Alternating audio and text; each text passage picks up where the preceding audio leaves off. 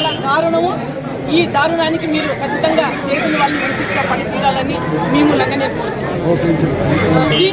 దీన్ని ప్రోత్సహించిన వాళ్ళని కూడా వదలొద్దండి, ఆ వ్యక్తిని కూడా వదలొద్దండి.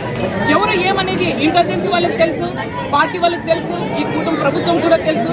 ఎందుకంటే ఈ ఉపాధి పథకం అనేది ఎవరిది పార్టీ వస్తే వాళ్ళది ఉంది. ఈ వ్యవస్థను తీసేసేయాలి ఫస్ట్. ఎవరు పార్టీ వస్తే వాళ్ళు ఈ కుటుంబ ప్రభుత్వం అనేది ఈ వ్యవస్థను తీసేసేయండి ఫస్ట్.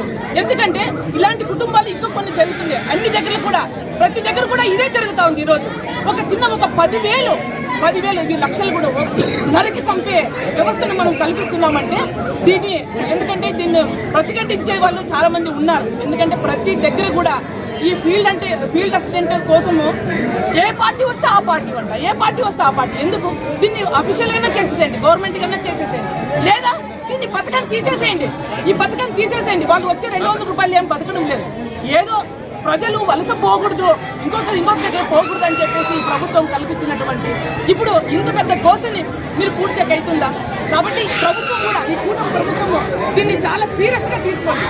ఎక్కడ చూసినా ఈ ఫీల్డ్ అసిస్టెంట్ గలాట్లు జరుగుతున్నాయి. దయచేసి మీరు దీన్ని మాత్రం వదులుకోకుండా, లేదంటే ఇది గవర్నమెంట్ అనే చేసేసేయండి. Field assistant